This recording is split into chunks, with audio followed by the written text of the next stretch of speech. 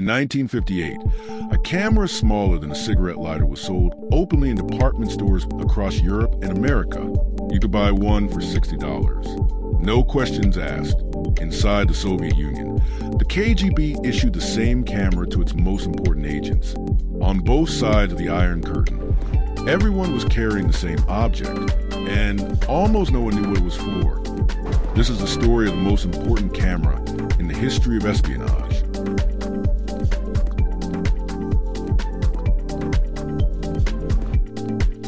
Welcome to Shadow Archives. In 1936, a Latvian engineer named Zapp had a specific obsession. He wanted to build a camera that would fit in the palm of your hand. Not a smaller version of an existing camera, but something genuinely new. A camera so compact and so quiet that you could use it anywhere without drawing attention. The result was the Minox. It measured 8 centimeters long and weighed less than 100 grams. It used film 1/4 the size of standard 35 millimeters. In a single cassette, you could load 50 frames. The entire mechanism fit in a tube no wider than a thumb. Zapp called it the camera for everyone. He meant tourists. His first customer outside of Riga was a French diplomat. Within 2 years, the American Office of Strategic Services, the predecessor to the CIA, was actively acquiring every Minox camera it could find. By 1945, both sides already knew exactly what this camera was worth.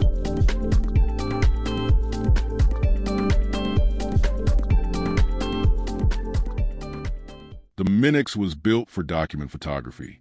It came with measuring chain, exactly the right length to hold the camera at the correct distance from a page. You could photograph a classified document in under 2 seconds. A trained agent could shoot an entire file, reload, and be out of a room in minutes. The genius of the Minox was not just its size, it was its ordinariness. The camera was sold in civilian stores. If a KGB officer was searched and a Minox was found, the explanation was simple. It was a hobby camera. Anyone could own one. That was the point.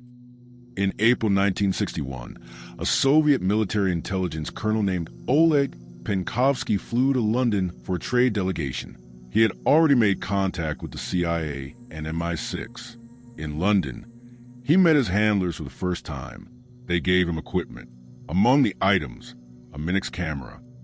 Over the next 18 months, Penkovsky photographed 5,500 classified Soviet military documents.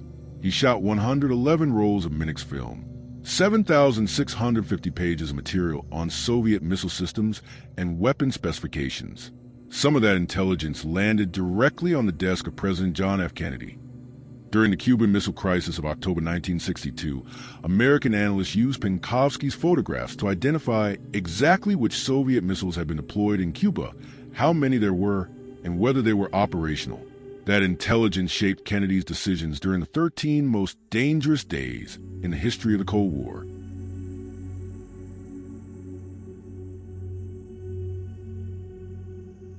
Penkovsky was arrested in October 1962 at the peak of the crisis.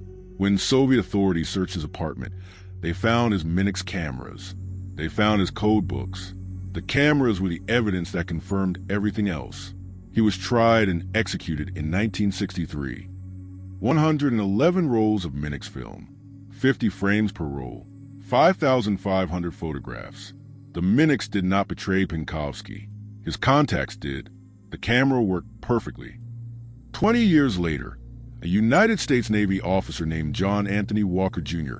walked into the Soviet embassy in Washington, D.C. He brought a classified document.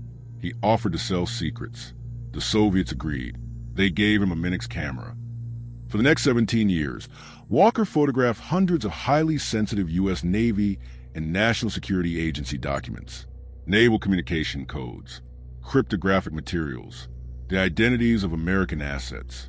He photographed them with a Minox C, held at the precise distance dictated by the measuring chain.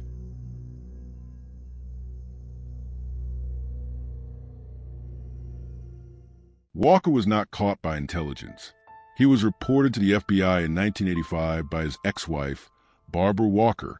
The FBI arrested him at a Ramada Inn in Maryland. When they searched the scene, they found a paper bag with classified documents. He had photographed them with the Minox the night before.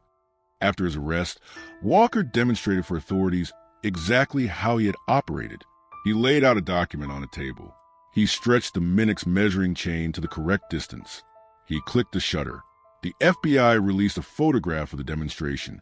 In it, Walker held the camera with the calm of a man who has done this thousands of times, because he had. Here is the strange symmetry of the Minox story. Penkovsky used a Minox given to him by the CIA and MI6 to photograph Soviet secrets. Walker used a Minox given to him by the KGB to photograph American secrets. The same camera, issued by opposing intelligence services, used for opposite purposes. Neither side invented it. A Latvian tourist photographer did.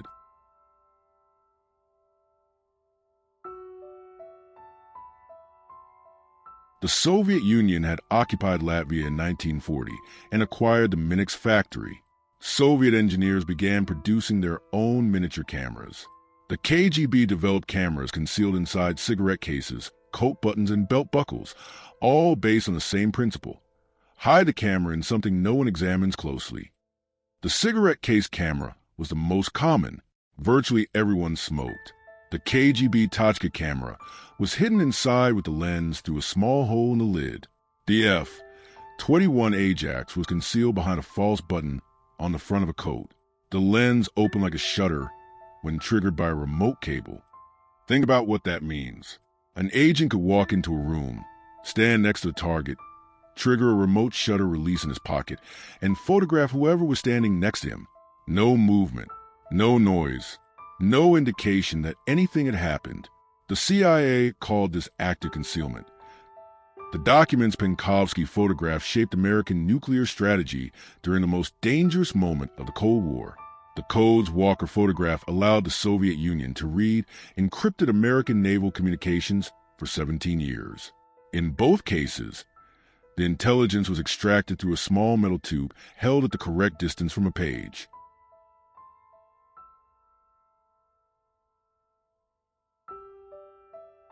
The Minox B camera is still available on the second-hand market for between $100 and $200. The film is hard to find. There's reportedly one commercial laboratory in the United States that still processes the format. Minox stopped producing film cameras in 2003, but later introduced a digital version called the Digital Spy Camera. Walter Zapp, who never intended to build a spy tool, died in 2003 at the age of 97. He spent his final decades insisting that espionage had never been his purpose. He wanted a camera for tourists. He wanted something small and precise and useful. He had built those things. What other people did with them was not his concern. The next time you see a cigarette case on an old film or a coat button or a tie clip, consider the possibility. During the Cold War, the most dangerous object in any room was usually the one no one looked at twice.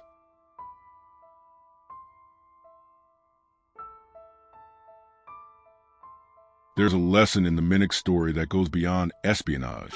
The most effective concealment is not invisibility. It is familiarity. The cigarette case worked because everyone carried a cigarette case. The coat button worked because everyone had coat buttons. The camera in the palm of your hand worked because cameras were already everywhere. Oleg Penkovsky's Minox cameras are in a Russian archive. John Walker's Minox C is in the FBI evidence collection. The original Minox designed by Walter Zapp in 1936 is in a museum in Riga, Latvia, the same city where the Cold War's most important camera was born.